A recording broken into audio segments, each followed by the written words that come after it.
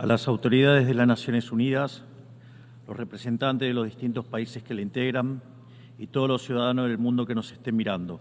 Buenas tardes. Para aquellos que no lo saben, yo no soy político, soy un economista liberal libertario, que jamás tuvo la ambición de hacer política y que fue honrado con el cargo de presidente de la República Argentina frente al fracaso estrepitoso de más de un siglo de políticas colectivistas que destruyeron nuestro país. Este es mi primer discurso frente a la Asamblea General de las Naciones Unidas y quiero aprovechar para, con humildad, alertar a las distintas naciones del mundo sobre el camino que están transitando hace décadas y sobre el peligro que implica que esta organización fracase en cumplir su misión original. No vengo aquí a decirle al mundo lo que tiene que hacer. Vengo aquí a decirle al mundo, por un lado, lo que va a ocurrir si las Naciones Unidas continúan promoviendo las políticas colectivistas que vienen promoviendo bajo el mandato de la Agenda 2030, y por el otro, cuáles son los valores que la nueva Argentina defiende. Quiero, sí, comenzar dando crédito cuando el crédito corresponde. La Organización de Naciones Unidas nace del horror de la guerra más cruenta de la historia global, con el objetivo principal de que nunca volviera a ocurrir. Para ello, la organización grabó en piedra sus principios fundamentales en la Declaración Universal de Derechos Humanos. Ahí se consignó un acuerdo básico en torno a una máxima, que todos los seres humanos nacen libres e iguales en dignidad y derechos.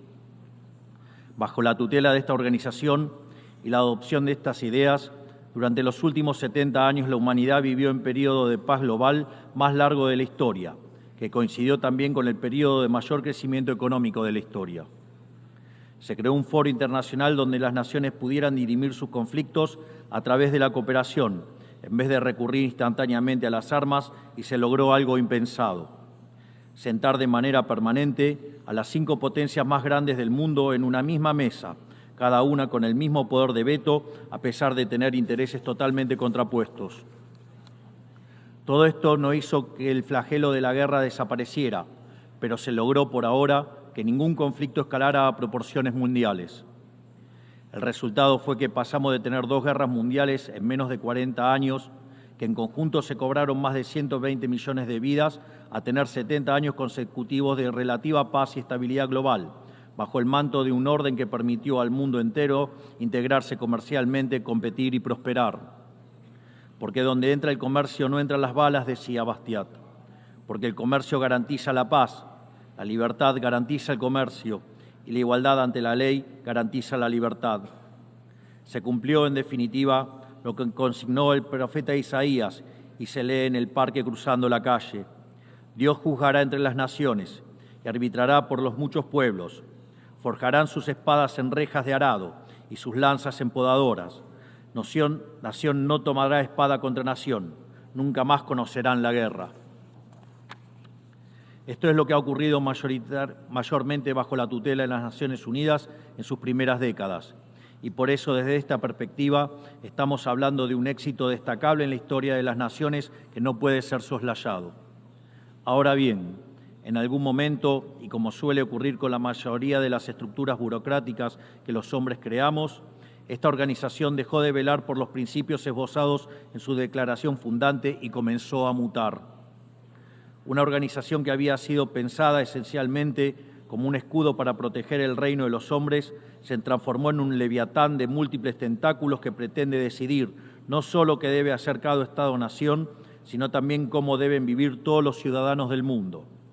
Así es como pasamos de una organización que perseguía la paz a una organización que le impone una agenda ideológica a sus miembros sobre un sinfín de temas que hacen a la vida del hombre en sociedad. El modelo de Naciones Unidas, que había sido exitoso, cuyo origen podemos rastrear en las ideas del presidente Wilson, que hablaba de la sociedad de paz sin victoria y que se fundaba en la cooperación de los Estados-nación, ha sido abandonado. Ha sido reemplazado por un modelo de gobierno supranacional de burócratas internacionales, que pretenden imponerle a los ciudadanos del mundo un modo de vida determinado. Lo que se está discutiendo esta semana aquí en Nueva York, en la Cumbre del Futuro, no es otra cosa que la profundización de ese rumbo trágico que esta institución ha adoptado. La profundización de un modelo que, en palabras del propio secretario de las Naciones Unidas, exige definir un nuevo contrato social a escala global, redoblando los compromisos de la Agenda 2030. Quiero ser claro en la posición de la Agenda Argentina. La Agenda 2030, aunque bien intencionada en sus metas, no es otra cosa que un programa de gobierno supranacional de corte socialista, que pretende resolver los problemas de la modernidad con soluciones que atentan contra la soberanía de los Estados-nación y violentan el derecho a la vida, a la libertad y a la propiedad de las personas. Es una agenda que pretende solucionar la pobreza, la desigualdad y la discriminación con legislación que lo único que hace es profundizarla. Porque la historia del mundo demuestra que la única manera de garantizar la prosperidad es limitando el poder del monarca, garantizando la igualdad ante la ley y defendiendo el derecho a la vida, a la libertad y a la propiedad de los individuos. Ha sido precisamente la adopción de esa agenda que obedece a intereses privilegiados y el abandono de los principios esbozados en la Declaración Universal de Derechos Humanos de las Naciones Unidas lo que tergiversó el rol de esta institución y la puso en una senda equivocada.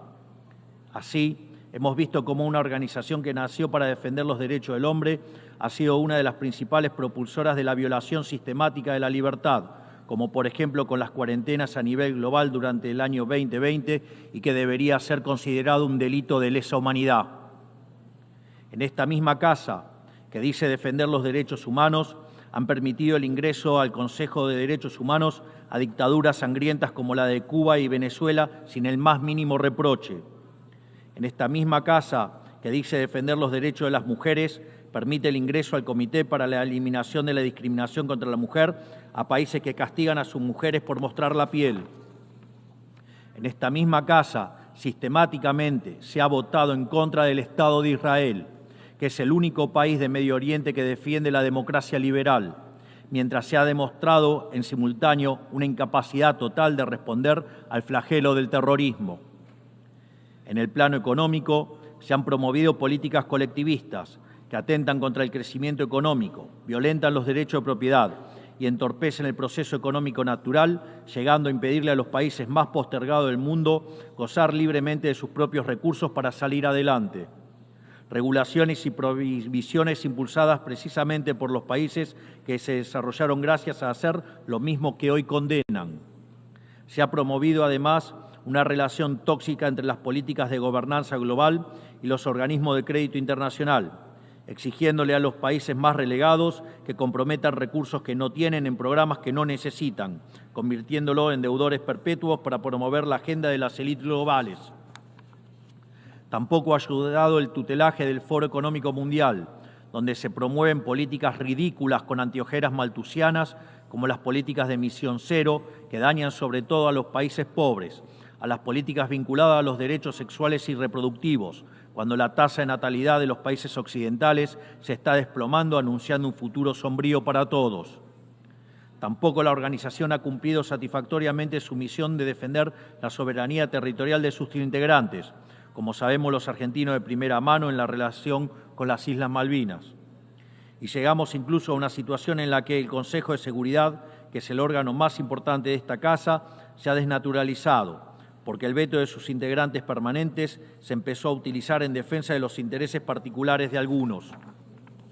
Así estamos hoy, con una organización impotente en brindar soluciones a los verdaderos conflictos globales, como ha sido la aberración y aberrante invasión rusa a Ucrania, que ya le ha costado la vida a más de 300.000 personas, dejando un tendal de más de 1 millón de heridos en el proceso. Una organización que en vez de enfrentar estos conflictos invierte tiempo y esfuerzo en imponerle a los países pobres que cómo y deben producir, con quién vincularse, qué deben comer y en qué creer, como pretende dictar el presente pacto del futuro. Toda esta larga lista de errores y contradicciones no ha sido gratuita, sino que ha redundado en la pérdida de credibilidad de las Naciones Unidas ante los ciudadanos del mundo libre y en la desnaturalización de sus funciones. Por eso, quiero hacer una advertencia. Estamos ante un fin de ciclo. El colectivismo y el postureo moral de la agenda woke se han chocado con la realidad y ya no tienen soluciones creíbles para ofrecer a los problemas reales del mundo. De hecho, nunca las tuvieron. Si la Agenda 2030 fracasó, como reconocen sus propios promotores, La respuesta debería ser preguntarnos si no fue un programa mal concebido de inicio, aceptar esa realidad y cambiar el rumbo. No se puede pretender persistir en el error redoblando la apuesta de una agenda que ha fracasado. Siempre ocurre lo mismo con las ideas que vienen de la izquierda.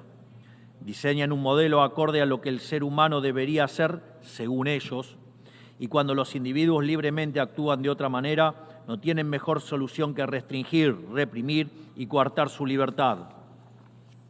Nosotros en Argentina ya hemos visto con nuestros propios ojos lo que hay al final de este camino de envidia y pasiones tristes. Pobreza, embrutecimiento, anarquía y una ausencia fatal de libertad. Todavía estamos a tiempo de apartarnos de ese rumbo. Quiero ser claro con algo para que no haya malas interpretaciones. La Argentina, que está viviendo un proceso profundo de cambio en la actualidad, ha decidido abrazar las ideas de la libertad.